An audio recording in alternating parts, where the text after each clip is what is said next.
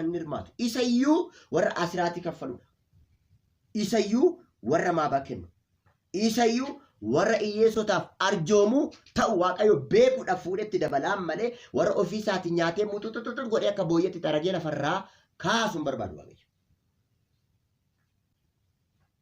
Arrasati barreen gaddaa kumtaala 30 yoo galchite horii saawwan ilmattu 5 yoo qabaatte qutiyoota cimdii 5 yoo qabaatte rakkattoota keessaan kennitu taanaan warra dhabaniif hin yaaddu garaan kee hin banamne taanaanii waaqayyo shuma qabduyyuu si harkaa xaraga.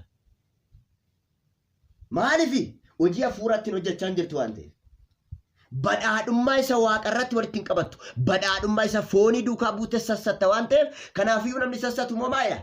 Waaqa tolfama iddicha waaqa tolfama sana waaqessaa'edha. Hidda waaqa tolfama sana waaqessuuni eessatti nama geessa? Amantii keessaa nama baasee taadha waldaa keessa dhaabata malee namni eessa jira? Gara waaqayyo maaliif lafa sii kenne?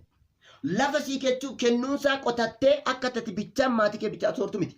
Warra dhabaniif mana warra dhabaniif irratti ijaari. Kenniif haa qotatan.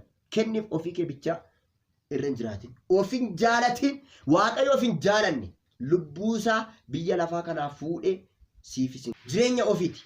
Waaqayyo gooftaa sinaa gargaaru. Hin kadhan waaqa guddaa taate maqaa Iyesuus Kiristoosiin biyya lafaa kanarra kan jirtu. Dubbii sagalee kennutti dubbattee akka jiraannutti nu gargaara. Lafa hundumaa ergaan dubbadhe kun haa ga'u. Maqaa Yesuusiin biyya fagoo biyya dhiyoo haa ga'u. Namoonni ergaa kana dhaggeeffatan yaa waaqayyo gooftaa isaanitti tole fudhatanii maqaa Yesuus Kiristoosiin akka namoota 50 100 200 olii ergan ati gargaari. Waan wajjin taateef ulfaadhu maqaa Yesuusiin.